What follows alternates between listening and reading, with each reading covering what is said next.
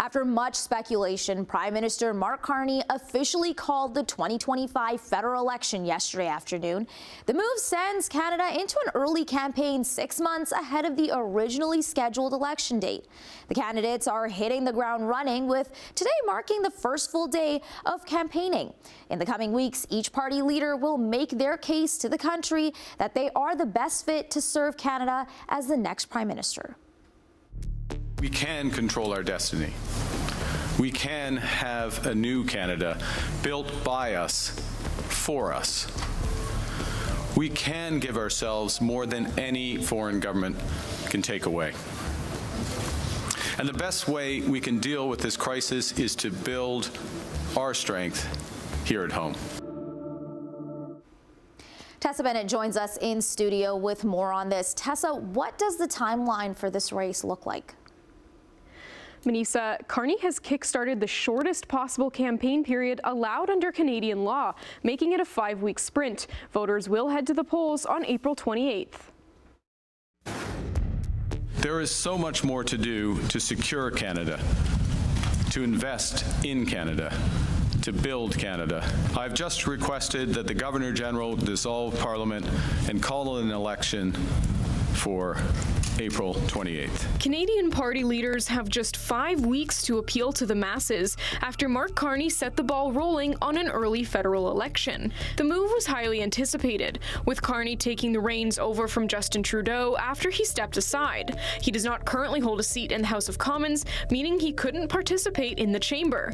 Carney is now campaigning for a seat in Canada's capital, and he's working off of some momentum. Despite the Conservatives holding a double-digit lead in public opinion polling for some time, the Liberals have started to gain traction under Carney's leadership. Just a few months ago, the Liberal Party was down by 20, in some cases, in some polls, 25% to the Conservatives, and they were looking not only at a loss, but a potential extinction level loss. As of today, the polls are suggesting not only a Liberal victory, but a Liberal majority. On Sunday, Carney laid out several campaign promises, including the elimination of interprovincial trade barriers and a middle-class tax cut. Conservative leader Pierre Poilievre and Carney are widely seen as the top contenders, with polls showing both parties neck and neck, and the leaders have wasted no time in taking shots at one another. President Trump's plan is to divide and conquer. Pierre Poilievre's plan is to divide and be conquered. And his negative slogans aren't solutions. His anger isn't action. His division isn't strength. Poilievre launched his campaign yesterday, his first since becoming the party's leader. So the choice in this election is very simple. Do you want a fourth Liberal mandate where they will raise your taxes and drive up your costs?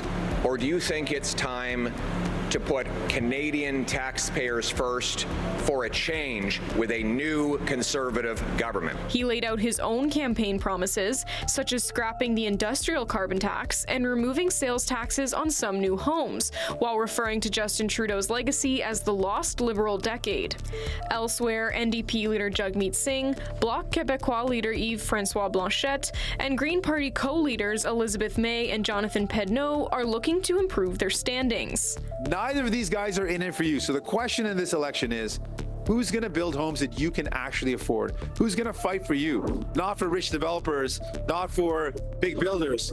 Singh is running on policies he hopes will gain popularity among working-class Canadians, like affordable housing. The polls are suggesting that the NDP, which currently holds 24 seats, would, if an election were held today, fall to 8 seats in the legislature. That is not just a calamitous defeat, it would also deprive them of legal standing as a bona fide political party in the House of Commons. The Bloc is looking to diversify Quebec's trade, particularly with aluminum, while the Greens focus in on climate action. All the while, each candidate is grappling with the pressure of a trade war and the escalating tensions with the United States. I don't expect that by the end of this campaign, Donald Trump will have disappeared. He has many faults. He has many faults. But one of his powers is the ability to suck up all the political oxygen, not only in his own country, but around the world. The federal party leaders will have the chance to face each other in 2 televised debates planned for mid-April, one in English and one in French.